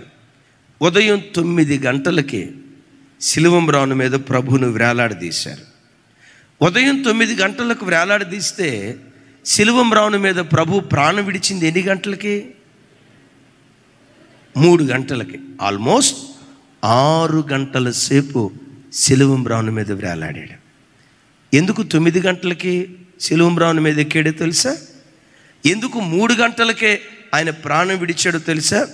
పాత నిబంధనలో ప్రత్యక్ష గుడారం, దేవుని మందిర బలిపీఠం దగ్గర ప్రతి ఉదయం 9 గంటలకి ఏడాది గొర్రెపిల్ల, ప్రతి సాయంకాలం 3 గంటలకి ఏడాది గొర్రెపిల్ల, ఉదయం ఒక గొర్రెపిల్ల, సాయంత్రం ఒక గొర్రెపిల్ల వధించేవాళ్ళు. దైవజనమా, పాత నిబంధన నెరవేర్చి దాన్ని కొట్టేశాడు ఆయన. యేసయ్యకి మహిమ కలుగును గాక.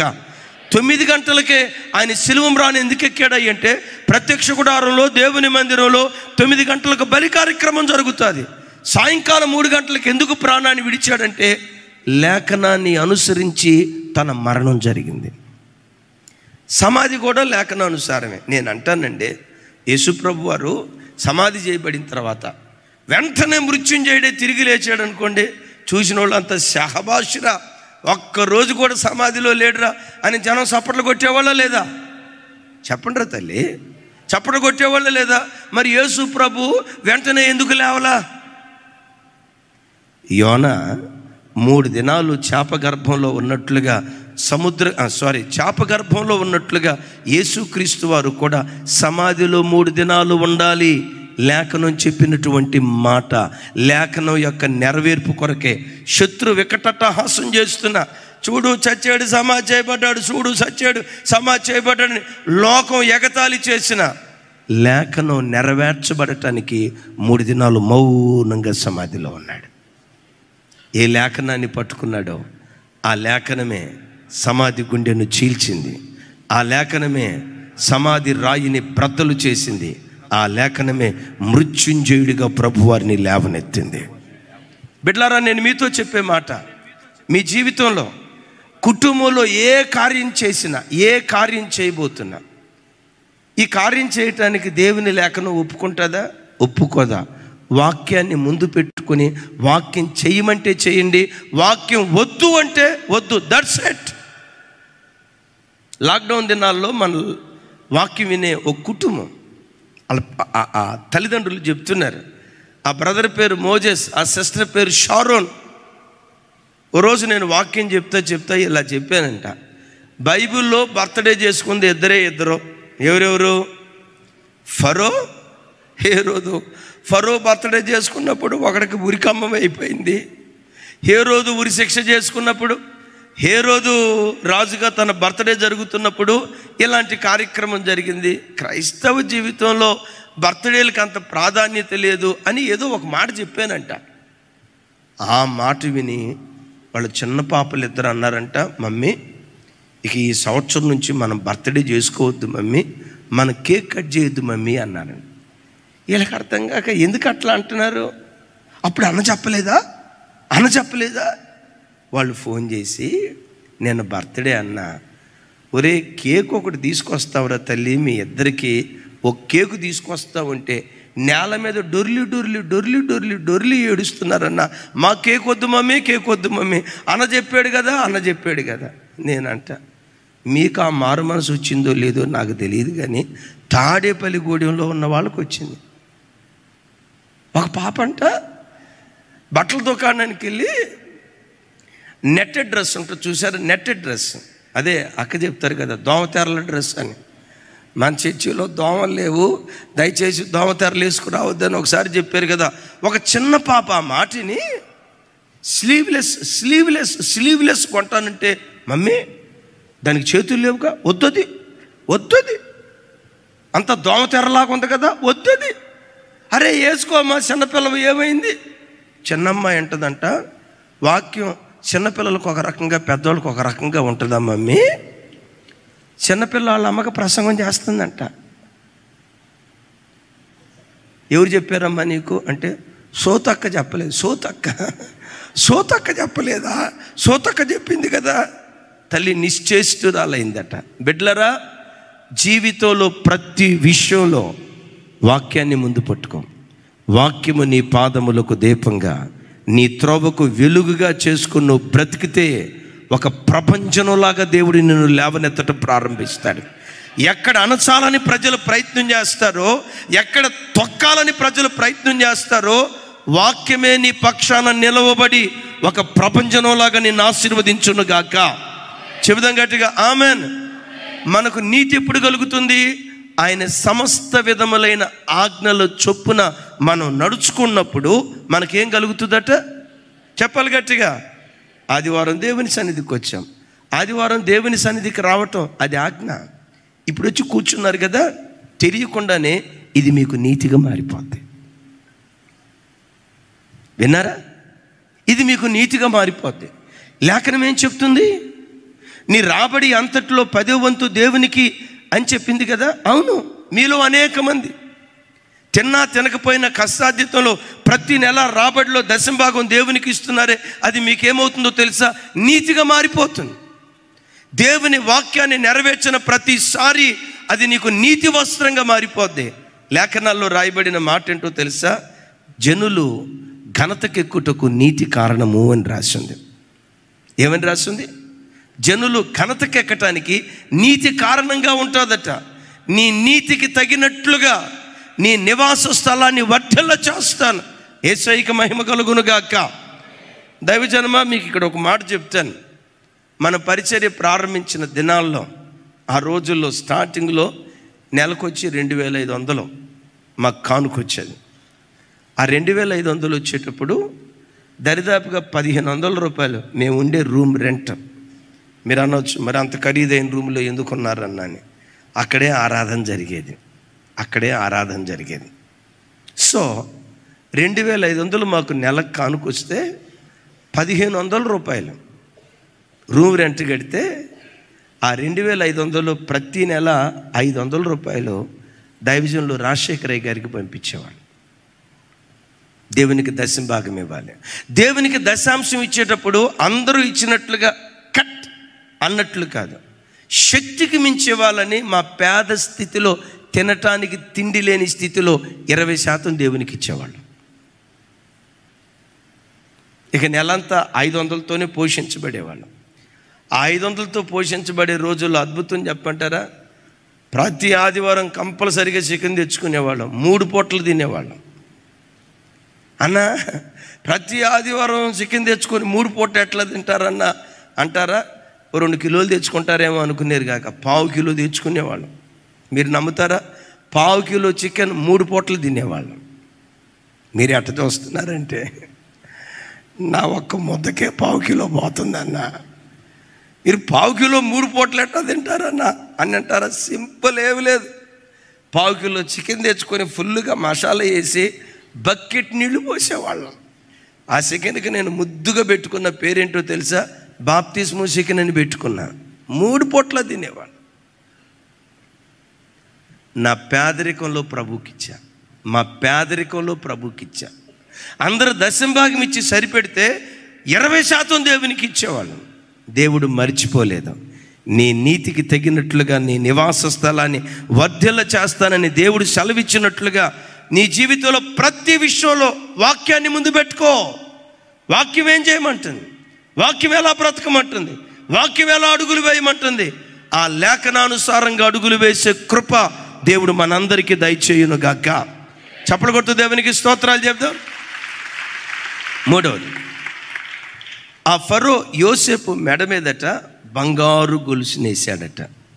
ఈ మాటలు విన్నప్పటి నుంచి, అన్నయ్య నేను కూడా ఒక ఉంగరం వేసుకుంటాను, అన్నయ్య నేను కూడా మెడలో బంగారు గొలుసు వేసుకుంటాను. వీటి ఆత్మీయ అర్థాలు చూడండి. వీటి ఆత్మీయ అర్థాలు: ఉంగరం అధికారానికి గుర్తు, సన్నని నార నీతి క్రియలకు గుర్తు. రైట్. మెడలో బంగారు గొలుసు వేశాడు. హారం, మెడలో వేసేదాన్ని హారం అంటారు కదా, ఆ గొలుసు వేశారు. యేసుక్రీస్తు వారి మెడ మీద ఉన్న ఆ బంగారు హారం ఏంటో లేఖనాల్లో నుంచి 2 మాటలు మీకు గుర్తుకు తెస్తా. చూడండి ఆ మాటలు. పరమగీతాలు నాతో కలిసి, నా సహోదరి ప్రాణేశ్వరి, నీవు నా హృదయమును వశపరుచుకుంటివి, ఒక్క చూపుతో నా హృదయమును వశపరుచుకుంటివి, నీ హారములలో ఒక దాని చేత నన్ను వశపరుచుకుంటివి. ఒకసారి నా వైపు చూడండి. నీ హారములలో, పెద్దగా నీ హారములలో ఒక్క దాని చేత నన్ను వశపరుచుకున్నావు. ప్రియుడు తన ప్రాణప్రియురాలైన సంఘంతో మాట్లాడుతున్న మాట ఏమంటాడు? నీ హారములలో ఒక దాని చేత నన్ను ఇలా వశపరుచుకున్నావు. నేను మరలా చెప్తాను, హారం ఎక్కడ ధరిస్తారు? కంఠహారం అనే మాట సామెతల్లో చూస్తాం కదా. మెడ మీద ధరించేదాన్ని హారము అంటారు, గొలుసు అంటారు. ఈ ప్రియుడు అంటాడు తన పెండ్లి భార్యను చూసి, నీవు ధరించిన హారములలో ఒకదాని చేత నన్ను ఇలా వశపరుచుకున్నావు, నేను నీ వాడనైపోయాను, నీ మీద నుంచి నా చూపు తిప్పుకోలేకపోయాను. దైవజనమా, ఒక్కసారి మీరు ఆలోచించండి. పరలోకపు తండ్రి మనస్సు యేసుక్రీస్తు వారు, చూడండి, పరలోకపు తండ్రి మనస్సు యేసుక్రీస్తు వారు ఏ హారముతో గెలుచుకున్నారో మనకు అర్థం కావాలంటే పేతురు మొదటి పత్రిక చూడండి, పేతురు మొదటి పత్రిక 3వ అధ్యాయం 4వ వచనం. నాతో కలిసి చెప్పండి. సాధువైనట్టు మృదువైనట్టు గుణమును అక్షయ అలంకారము గల మీ హృదయ అంతరంగపు స్వభావము మీకు అలంకారముగా ఉండవలెను, అది దేవుని దృష్టికి మిగుల విలువ గలది. ఒకసారి నా వైపు చూ, అది చెప్పాలి, అది దేవుని దృష్టికి మిగుల విలువ గలది. ఎలాంటిదంట? విలువ గలది కాదు, విలువ గలది కాదు, మిగుల విలువ గలది. ఏది? సాధువైనట్టి మృదువైనట్టి అక్షయమైన గుణ అలంకారం దేవుని దృష్టికి మిగులు విలువ కలిగింది. దైవజనమా, యేసుక్రీస్తు వారు హారంగా మెడలో గొలుసుగా ఏం ధరించారో తెలుసా? సాత్వికాన్ని, దేన మనస్సును. పరలోకపు తండ్రి మనస్సును యేసుక్రీస్తు వారు ఎలా గెలుచుకున్నారా అంటే సాధు స్వభావము చేత. ఓ భక్తుడు ఇలా అంటారు, యేసు ప్రభు వారు పరలోకానికి వెళ్ళిన తర్వాతట పరలోకపు తండ్రి యేసయ్యని ఇలా అడిగారట. ఏమని అడిగారంటే, యశ్వా 3.5 సంవత్సరాలు నీతో పాటు తిరిగి 30 వెండి నాణ్యాలకు నిన్ను అమ్ముకోవటానికి అమ్మి ఏమీ ఎరగనట్లుగా నిన్ను ముద్దు పెట్టుకోవటానికి ఇస్కరియోతు యోధా వచ్చాడే, 30 వెండి నాణ్యాలకు అమ్మాడన్న సంగతి నీకు తెలుసు, కపటంగా ముద్దు పెట్టుకుంటున్నాడు అని నీకు తెలుసు, రోమా సైనికుల చేతికి నిన్ను అప్పగించబోతున్నాడు అని తెలుసు. ఇన్ని తెలిసిన తర్వాత కూడా యోధాను పట్టుకొని, నా చెలికాడా నీవు వచ్చిన పని కానిమ్ము అని అన్నావే, ఎలా అనగలిగేవు యశ్వా?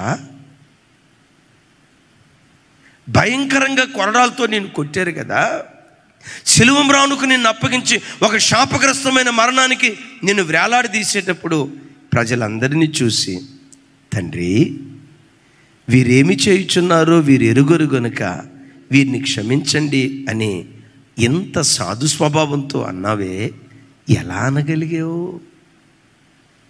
కపటంగా నిన్ను ముద్దు పెట్టుకున్న ఇస్కరియోతు యోధాను చూసి, నా చెలికాడా నీ వచ్చిన పని కానిమ్ము, ఎలా నా చెలికాడా అనగలిగావు? అప్పుడు యేసు ప్రభు వారు పరలోకపు తండ్రిని చూసి ఇలా అన్నారట, ఈ విషయంలోనయ్యా నాకు ఇన్స్పిరేషను యోసేపేనయ్యా. ఏంటి? ఈ విషయంలో నా ఇన్స్పిరేషను యోసేపేనయ్యా. యోసేపు నీకేం ఇన్స్పిరేషన్ నాయన అంటే, అప్పుడు యేసు ప్రభు వారు అన్నారట, యోసేపును గోతిలో వేసి 20 వెండి నాణ్యాలకు ఐగుప్తు దేశానికి అమ్మి ఎంత ద్రోహం చేశారు కదా. ద్రోహం చేసిన అన్నలు తన ఎదుట నిలవబడినప్పుడు ఒకసారి ఏడుస్తూ, అన్నలారా నేను మీ యోసేపును, అన్నలారా నేను మీ యోసేపును అన్నాడే. వాస్తవంగా ఆ స్థానంలో ఇంకొకరు గనక ఉంటే అన్నలారా అనే బదులు ద్రోహులారా, దుర్మార్గులారా, నైవంచుకులారా అనేవాడు కదయ్యా. అలాంటిది యోసేపు అన్నలను పట్టుకొని అన్నలారా అని పిలిచాడంటే, నేను సృష్టించిన మనిషికే అంత సాత్వికం ఉంటే ఆ మనిషిని సృష్టించిన నాకింకెంత సాత్వికం ఉండాలయ్యా. నా మాట అర్థమైందా తల్లి? అప్పుడు అంటాడు, నీవు ధరించిన హారములలో ఒక్క దాని చేత నన్ను నువ్వు వశపరుచుకున్నావు అంటాడు. మన దీర్ఘ ప్రార్థనలు దేవునికి సంతోషాన్ని కలుగు చేస్తాయి, అవసరం. మన ఉపవాసాలు దేవునికి సంతోషాన్ని కలుగు చేస్తాయి, అవసరం. వాటికి మించి నీ సాత్వికం, నీ ఓర్పు పరలోకపు తండ్రి మనసును గెలుచుకునేటట్లుగా ఉండునుగాక. చప్పటి కొడుతూ దేవునికి స్తోత్రాలు చెప్దాం కొంచెం గట్టిగా. హల్లెలూయా. 4వది, చెరసాలలోకి వెళ్ళక మునుపున్న యోసేపు, చెరసాలలో నుంచి బయటకు వచ్చిన యోసేపు, సమాధిలోకి వెళ్ళక మునుపున్న యేసుక్రీస్తు వారు, సమాధిలో నుంచి బయటకు వచ్చిన యేసుక్రీస్తు వారు, వారు ఏమై ఉన్నారు? 4వ మాట చూడండి, ఆదికాండం 41వ అధ్యాయం 43వ వచనం నుంచి 44వ వచనం వరకు నేను చదువుతాను, నాతో కలిసి చెప్పండి. తన 2వ రథం మీద అతనిని ఎక్కించి, ఏ రథం అంటే ఆల్మోస్ట్ అక్కడ ఎన్ని రథాలు ఉన్నట్లుగా ఇట్టే చెప్పొచ్చు, చెప్పాలి గట్టిగా. 2వ రథం మీద యోసేపుని ఎక్కించి అని చూసాం కదా, అంటే ఎన్ని రథాలు ఉన్నట్లు? మొదటి రథం ఉందనే కదా. ఆ మొదటి రథం మీదేమో ఫరో కూర్చున్నాడు, 2వ రథం మీదేమో యోసేపును కూర్చోబెట్టాడు. నాతో కలిసి చెప్పండి. తన 2వ రథం మీద అతనిని ఎక్కించెను, అప్పుడు వందనములు చేయుడని అతని ముందర జనములు కేకలు వేసిరి. అట్లు ఐగుప్తు దేశమంతటి మీద అతన్ని నియమించెను. మరియు ఫరో యోసేపుతో, ఫరోను నేనే అయినను నీ సెలవు లేక ఐగుప్తు దేశం అంతటను ఏ మనుషుడు తన చేతినైనను కాలినైనను, అబ్బబ్బబ్బబ్బబ్బా, తన చేతినైనను, చెప్పాలి. యోసేపు పర్మిషన్ తీసుకోవాలా? యోసేపు పర్మిషన్ తీసుకోవాలా? ఏమో ఈ మాటలో ఉన్న అర్థం. చెయ్యి ఎత్తాలంటే ఎవరు పర్మిషను? చెయ్యి ఎత్తాలన్నా కాలు ఎత్తాలన్నా యోసేపు పర్మిషన్ తీసుకొని ఆ పని చేయాలి. దైవజనమ, చెరపట్టబడిన అమ్మబడిన దాసుడు, నేరస్థాపన చేయబడి చెరసాలలో వేయబడిన వాడు ఎంత గొప్ప ఆధిక్యత ఇచ్చాడో చూడండి.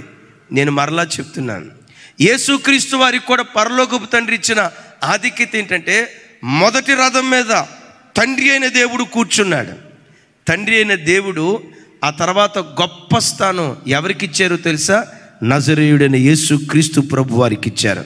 దీని గురించే కొరింథీ పత్రికలో అపోస్తలుడైన పౌలు గారు మాట్లాడుతూ ఇలా అంటారు. Thank you. అది నాతో కలిసి కొరింథీయులకు రాసిన మొదటి పత్రిక 15వ అధ్యాయం 27వ వచనం నుంచి నాతో కలిసి చెప్పండి. దేవుడు సమస్తమును క్రీస్తు పాదముల క్రింద లోపరిచియుంచెను.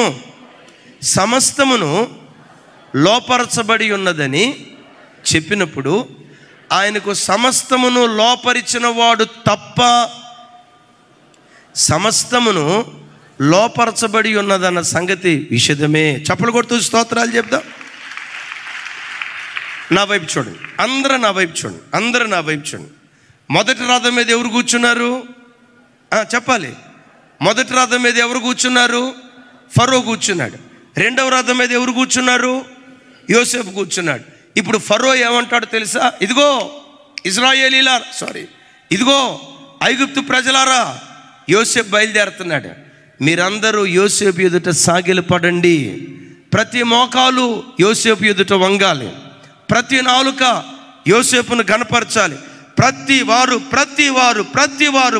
వారు యోసేపు ఎదుట సాగిలపడాలి. నా తర్వాత యోసేపే ఈ ప్రాంతానికి ప్రభు అని ప్రకటించాడు. దేశం అంతా సాగిలపడింది, కానీ ఫరో సాగిలపడ్డా? చెప్పాలి. ఎందుకు సాగిలపడలేదంటే, యోసేపుకు సమస్తము సాగిలపడేటట్లుగా చేసిందే ఫరో. క్రైస్తవ జనమ, యేసుక్రీస్తు వారు పునరుద్ధానుడై లేచిన తర్వాత ప్రపంచమంతా యేసుక్రీస్తు పాదముల చెంత సాగిలపడేటట్లుగా సమస్తాన్ని లోపరిచింది తండ్రి అయినటువంటి దేవుడు. పెద్దగా చప్పట్లు కొడుతూ స్తోత్రాలు చెప్దాం. ఆమెన్. హల్లెలూయా. సమస్తము లోబడేటట్లుగా చేసింది తండ్రి అయిన దేవుడు. సమస్తాన్ని లోపరిచాడు. అద్భుతం. దేవదూతలైన యేసు ఎదుట సాగిలపడాల్సిందే. రాజులైనా, అధికారులైనా, ప్రధానులైన ప్రతి మోకాలు యేసు క్రీస్తు ఎదుట సాగిలపడాల్సిందే. చూస్తాం కదా, నా తోడు ప్రతి మోకాలు ఆయన ఎదుట వంగుతుంది. ప్రతి నాలుక ఆయనను స్తుతించాల్సిందే. చప్పలు కొడుతూ దేవునికి స్తోత్రాలు చెప్దాం. కొంచెం గట్టిగా. నేనంట, యేసుక్రీస్తు వారు సిలువ మరణానికి అప్పగించబడక మునుపు ఇజ్రాయేలు దేశంలో కొందరే సాగిలపడ్డారు. పునరుద్ధానుడైన యేసుక్రీస్తు వారికి ఇజ్రాయేలు దేశమే కాదు, 200 దేశాల్లో ఉన్న ప్రతి ప్రజ ఆయన ఎదుట సాగిలపడుతూ ఉన్నారు. ఇంకో మాట చెప్పమంటారా? యేసుక్రీస్తు వారు జీవులకు అంతిమ న్యాయాధిపతిగా ధవళ సింహాసనం మీద ఆయన ఆసీనుడైనప్పుడు ప్రపంచంలో ఎన్ని దేశాలు ఉన్నాయో చూడండి. యెషయా గ్రంథం 45వ అధ్యాయం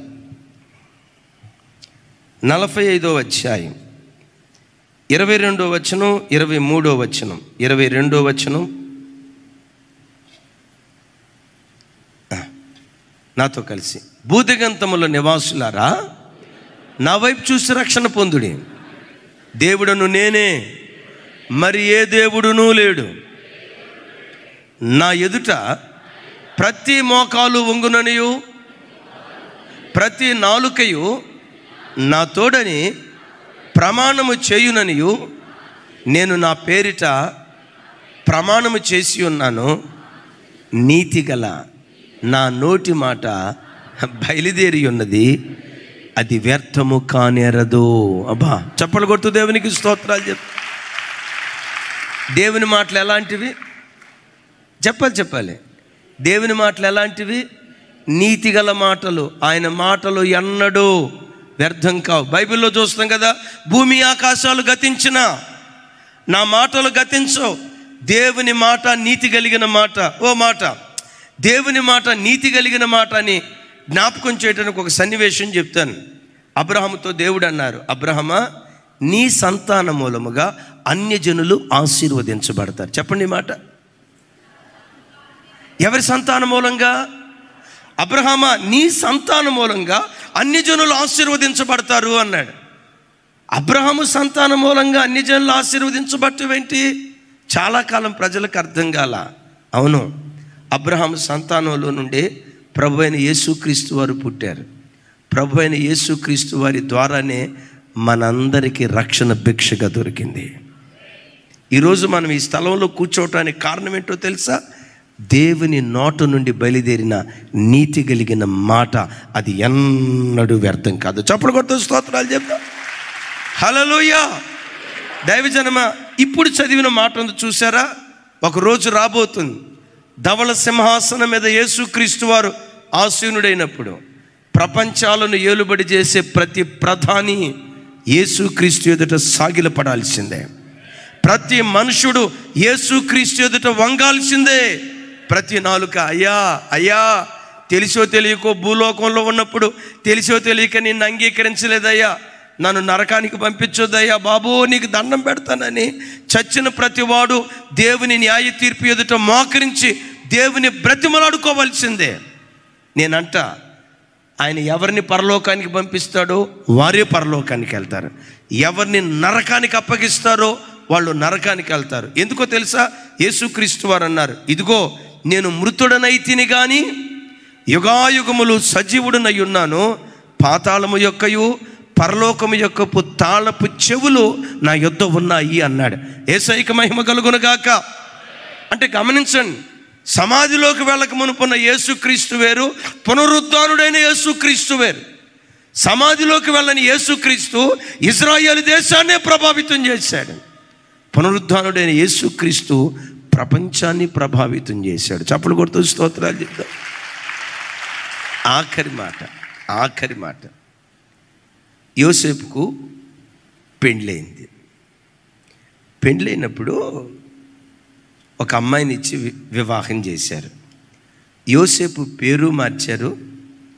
యోసేపుకు ఐగుప్తీయురాలు అన్యురాలైన అసెనెతునిచ్చి వివాహం చేశారు. ఆ మాటలు చూడండి ఒకసారి. ఆ మాటలు చూడండి నాతో కలిసి. మరియు ఫరో యోసేపునకు జఫ్నత్ ఫనేహు అనే పేరు పెట్టి అతనికి ఓను యొక్క యాజకుడైన పోతీఫెరా కుమార్తెయగు ఆసెనెతునిచ్చి పెండ్లి చేసెను.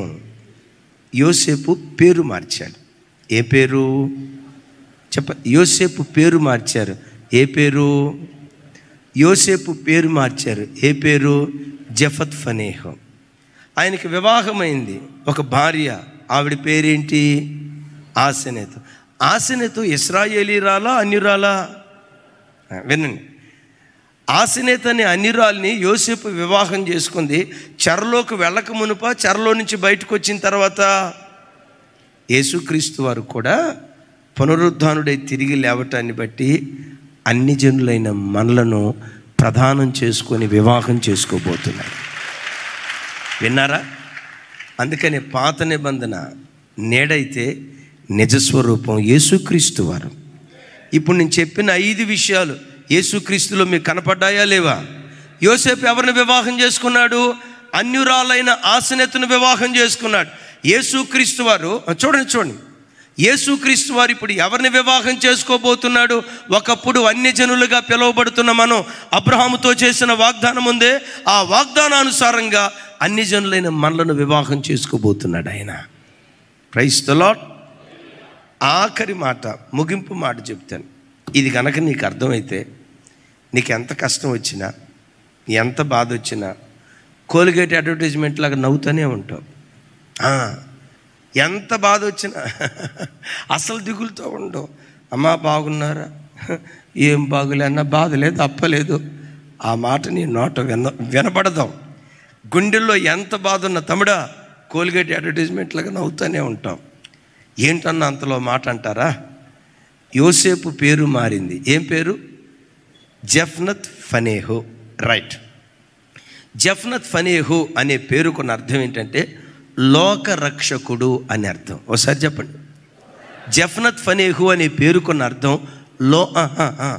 ఐగుప్తు రక్షకుడు కాదు, పెద్దగా లోకరక్షకుడు. విలువైన మాట చెప్పి నేను ముగిస్తా. దేవుడు కొన్నిసార్లు ఎందుకు మౌనంగా ఉంటాడు? దేవుడు వెంటనే కార్యం చేస్తే మంచిది కదా అని మనం అనుకుంటాం. యోసేపు మీద చేయని నేరం పడింది. బట్ట చూపించింది. ఇదిగో యోసేపు పై వస్త్రం కనపడుతుంది చూడు. పోతీఫరుకు మాయ మాటలు చెప్పింది. పోతీఫరుకు తెలుసు యోసేపు ఎవరో. యోసేపు అంటే పోతీఫరుకు నమ్మకమే. కానీ ఈ బట్టను చూసి ఏమో అయ్యుండొచ్చేమో డౌట్ పడ్డాడు. చెరసాల్లో వేశాడు. నేను ఒక మాట అంటా, యోసేపుని చెరసాల్లో వేసినప్పుడు ఆ రాత్రే దేవుడు పోతీఫరుకు ప్రత్యక్షమై, పోతీఫరా, నా యోసేపు ఎట్టాటాడు నీకు తెలీదా? ఎట్లా చెరసాలేయటానికి నీకు బుద్ధి వచ్చింది? తప్పో, చెరసాల్లో నుంచి బయటకు తీసుకురా అనే గనక పోతీఫరుతో దేవుడు మాట్లాడుంటే వెంటనే యోసేపును చెరసాల్లో నుంచి బయటికి తీసుకొచ్చేవాడా లేదా? ఒకవేళ బయటికి తీసుకొస్తే మరలా యోసేపుకి ఏ ఉద్యోగం వచ్చేది? పోతీఫర్ ఇంటికి విచారణకర్త. దేవుని ప్రణాళిక ఏంటో తెలుసా? పోతీఫర్ ఇంటికి విచారణకర్త కాదు, లోకరక్షకుడిగా మార్చాలని దేవుడు కోరుకున్నాడు. విన్నారా? యాకోబు ఇంటి నుండి యోసేపు వెళ్ళిపోయిన తర్వాత 22 సంవత్సరాలు యాకోబు విషయంలో దేవుడు మౌనం అయిపోయాడు. నా కుమారుడా నాకు దూరం అయిపోయావా, నా కుమారుడా నాకు దూరం అయిపోయావని రొమ్ము కొట్టుకుంటూ ఏడ్చాడు. బేర్షెబా ప్రాంతానికి వచ్చి బలిపీఠం కట్టినప్పుడు ఆ రాత్రి యాకోబుతో దేవుడు ప్రత్యక్షమై, యాకోబా ఐగుప్తు దేశానికి వెళ్ళటానికి భయపడకో, యోసేపు సజీవుడిగానే ఉన్నాడని 22 సంవత్సరాల తర్వాత యోసేపును కూర్చిన సమాచారం యాకోబుకు దేవుడు ఇచ్చాడు. కొన్నిసార్లు అనిపిస్తుంది, ఏం దేవుడురా ఈ దేవుడు, 22 సంవత్సరాల తర్వాత చెప్తావా? ముందే చెప్తే పోలా? యోసేపు చెరసాల్లో ఉన్నప్పుడే చెప్తే పోలా? పోతీఫర్ ఇంట్లో ఉన్నప్పుడే చెప్తే పోలా? నాయనా యాకోబా, యోసేపుని గురించి ఆడవక నాయనా, యోసేపు ఎక్కడున్నాడంటే పోతీఫర్ ఇంట్లో పరిచారకుడిగా విచారణకర్తగా ఉన్నాడు, నీ కొడుకుని తెచ్చుకో నాయనా అని చెప్తే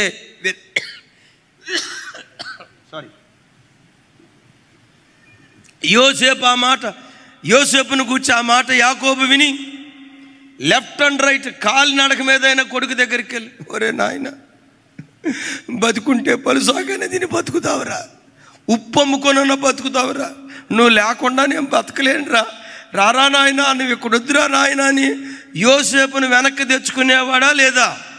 ఒకవేళ యోసేపును వెనక్కి తెచ్చుకుంటే యోసేపు యాకోబు ఇంటికి మాత్రమే ఆశీర్వాద కారణంగా ఉండేవాడు. దేవుని ప్రణాళిక ఏంటో తెలుసా? యోసేపు ఒక పోతీఫర్ ఇంటికి పరిమితమైన వాడు కాదు, యోసేపు ఒక యాకోబు ఇంటికి పరిమితమైన వాడు కాదు. యోసేపు పట్ల దేవునికి ఉన్న గొప్ప ప్రణాళిక లోకరక్షకుడిగా మార్చాలని. 3 రోజులు యేసయ్యని సమాధిలో ఉంచిన పరలోకపు తండ్రి మౌనంగా ఉండటానికి, అంత దారుణమైన మారణకాండ జరుగుతున్న పరలోకపు తండ్రి మౌనంగా ఉండటానికి కారణం ఏంటో తెలుసా? యేసుక్రీస్తు వారిని ప్రపంచానికి రక్షకుడిగా మార్చాలని తండ్రి అయిన దేవుడు కోరుకున్నాడు. పరలోకానికి భూలోకానికి ఏకైక రక్షకుడు యేసుక్రీస్తు వారు. నీ జీవితంలో ఎప్పుడైనా దేవుడు మౌనంగా ఉన్నాడంటే ఆ మౌనం వెనుక గొప్ప మర్మం ఉంటుంది. కొంచెం కాలం ఓపిక పట్టు, ఒక ప్రభంజనంలాగా దేవుడు నిన్ను ఆశీర్వదించడం ప్రారంభిస్తాడు. దేవుడు ఒక్కసారి నిన్ను దీవించటం ప్రారంభిస్తే ప్రపంచంలో ఎవ్వడు దాన్ని ఆపలేడు, అడ్డుకోలేడు. కృప దేవుడు మనందరికీ దయచేయును గాక. ప్రార్థన. సర్వశక్తి గల తండ్రి, మాతో మీరు మాట్లాడిన శ్రేష్టమైన మీ మాటలకై కృతజ్ఞతలు. అణచబడిన చోటే మమ్మల్ని ఆశీర్వదించే దేవుడవని, అసూయపరుల మధ్యలోనే ఒక ప్రభంజనంలాగా మమ్మల్ని పైకెత్తే దేవుడవని, మీ పునరుద్ధానం ద్వారా మాకు దివ్యమైన పాఠాన్ని నేర్పావు. అవునయ్యా, అసూయ చేత వారు మిమ్మల్ని సిలువకు అప్పగించారు. పరలోకపు తండ్రి మిమ్మల్ని లేవనెత్తి రక్షకునిగా, అధిపతిగా ప్రపంచానికి పరిచయం చేశాడు. దీనికి అపోస్తులు, పరిశుద్ధాత్మ సాక్షులై ఉన్నారు. ఈరోజు మీ ఎదుట నిలవబడిన మేము దీనికి సాక్షులమై ఉన్నాం. అందుకు మీకు కృతజ్ఞతలు. తండ్రి ఎట్టివాడో బిడ్డ అట్టివాడేనని వ్రాయబడినట్లుగా మీ జీవితాల్లో జరిగిన కార్యాలు మా జీవితాల్లో కూడా మీరు చేయ ఉద్దేశించినందుకు స్తోత్రాలు. ఈ దేశాన్ని పట్టి పీడిస్తున్న ప్రతి దురాత్మల మీద మాకు మీరు ఇచ్చిన అధికారం కొరకు స్తోత్రాలు. ఆ దురాత్మలను గడగడలాడించే కృప మాకు దయచేయండి. రాజు యొక్క ముద్ర ఉంగరాన్ని వాడే కృప మాకు దయచేయి స్వామి. శత్రు బలం అంతటి మీద మాకు అధికారం ఇచ్చినందుకు స్తోత్రాలు. ప్రతి క్షణం మీ ఆజ్ఞను పాటిస్తూ నీతే మాకు వస్త్రంగా మారాలి. అవును నాయన, సాత్వికము, మృదుత్వం అనే హారము చేత మిమ్మల్ని వశపరుచుకునే కృప మాకు దయచేయి. సమస్తము మీ పాదముల క్రిందే ఉందయ్యా. మా పేరు మార్చడానికి నువ్వు శక్తి కలిగిన దేవుడవు. మీ మౌనం వెనుక ఎంత మర్మం ఉందని ఈరోజు మాతో మాట్లాడేవు స్వామి. యోసేపు విషయంలో దేవుడు మౌనమైపోయాడు అని అనుకున్నాం. సమాధిలో ఉన్న యేసయ్య పట్ల దేవుడు మౌనమైపోయాడు అనుకున్నాం. మీ మౌనం ఒక ప్రభంజనాన్ని పుట్టించబోతుందని, ఒక విప్లవాన్ని పుట్టించబోతుందని, ఓ మహా గొప్ప అద్భుతానికి అది ఆవిష్కృతం కాబోతుందని మాతో మీరు మాట్లాడిన మీ మాటకై స్తోత్రాలు. ఈరోజు ఈ ఆరాధనకు వచ్చిన ప్రజల్లో ఎవరు ప్రజల మధ్యలో వణచబడుతున్నారో వారి మధ్యలో ఒక ప్రపంచంలాగా మీరు లేవనెత్తుదురుగాక. మీ మహిమ కొరకు నీ పిల్లలను బలపరచుదురుగాక.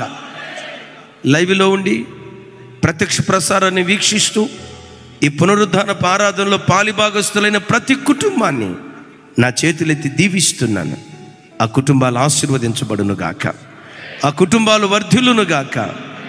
మీ పునరుద్ధానపు శక్తిని పొంది ఈ భూలోకంలో మీ కొరకు బ్రతుకున్నట్లుగా బోధించిన నన్ను, నీ ప్రజలను దీవించి వర్ధిల్లు చేయమని సమస్త ఘనతలు మీకే ఆరోపిస్తూ యేసు నామం పేరిట ప్రార్థించి స్తుతించి పొంది ఉన్నాం తండ్రి. తండ్రి అయిన దేవుని ప్రేమ, కుమారుడైన యేసుక్రీస్తు ప్రభువారి దివ్యకృప, పరిశుద్ధాత్మ దేవుని అన్యోన్య సహవాసం మనకు సకల పరిశుద్ధులకు, ప్రత్యేకంగా ఇదేనో నూతనంగా మందిరానికి వచ్చిన ప్రజలకు, లైవ్ చూస్తున్న ప్రతి కుటుంబానికి సదా తోడయుండి నడిపించునుగాక.